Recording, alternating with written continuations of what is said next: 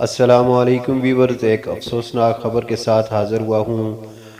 علامہ خادم حسین رضوی صاحب انتقال کر چکے ہیں۔ ان کا مختصر تعارف آپ کی خدمت میں پیش خدمت ہے۔ علامہ خادم حسین رضوی 22 جون 1966 کو نکا توت ضلع اٹک میں حاجی لال خان کے ہاں پیدا ہوئے۔ آپ نے ابتدائی تعلیم وہیں سے حاصل کی۔ 1974 میں 8 سال کی عمر میں آپ جہلم گئے۔ اس وقت تاریخ ختم نبوت عروج پر تھی۔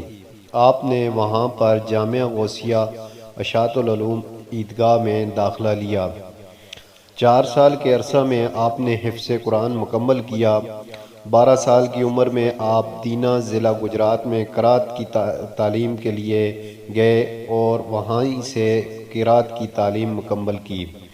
1980 میں آپ مزید تعلیم کے لیے لاہور تشریف لے گئے۔ وہاں آپ نے شورا آفاق دینی درسگاہ جامعہ نظامیہ لاہور میں درس نظامی کی تعلیم حاصل کی اور 1988 میں فارغ التحصیل ہوئے۔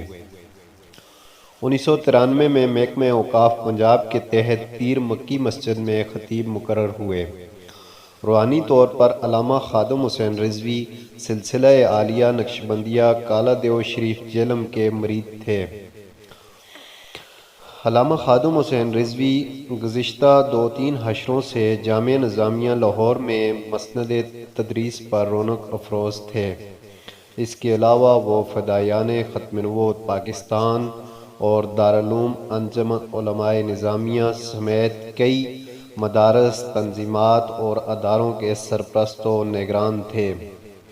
علامہ خادم حسین رضوی کی شادی اپنے چاچا کی بیٹی سے ہوئی تھی، جن کے بطن سے آپ کے 2 بیٹے اور 4 بیٹیاں پیدا ہوئیں۔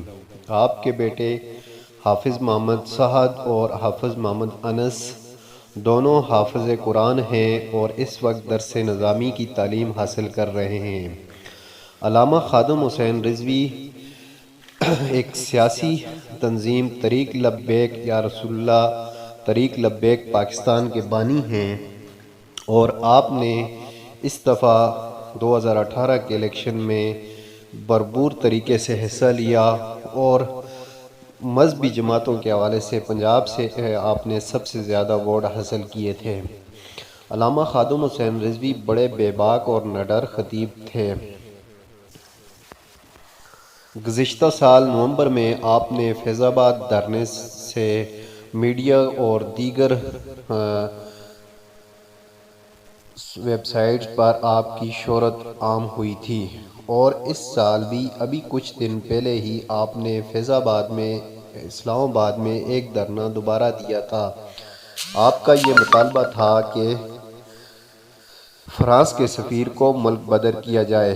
پہلا جو دھرنا دیا گیا تھا اس میں آسیہ ملونہ کے حوالے سے تھا کہ اس کو کیوں باہر بھیجا گیا۔